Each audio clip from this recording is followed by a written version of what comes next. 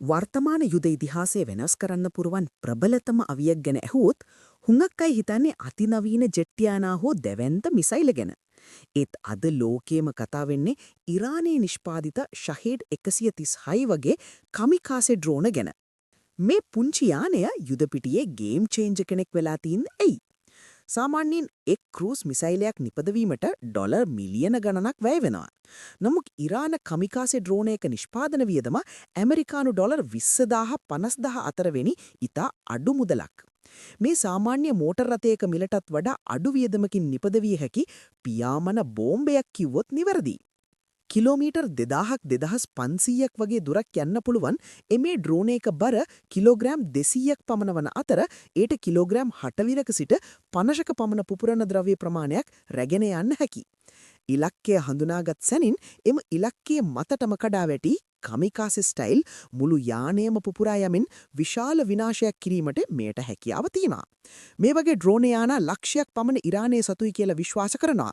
ඒ වගේම දිනකට 400ක් හදන්න ඔවුන්ට හැකියාව තියෙනවා කියලා විශ්වාස කරනවා. මේක තමයි හොඳම සීන් එක. මේ ඩ්‍රෝන විනාශ කරන්න ඉන්ටර්සෙප්ට් කිරීමට අනිත් රටවල් භාවිතා කරන ආරක්ෂක මිසයිල පද්ධති උදාහරණයක් පේට්‍රියට් හෝ IRST වගේ අතිශය මිල අධිකයි.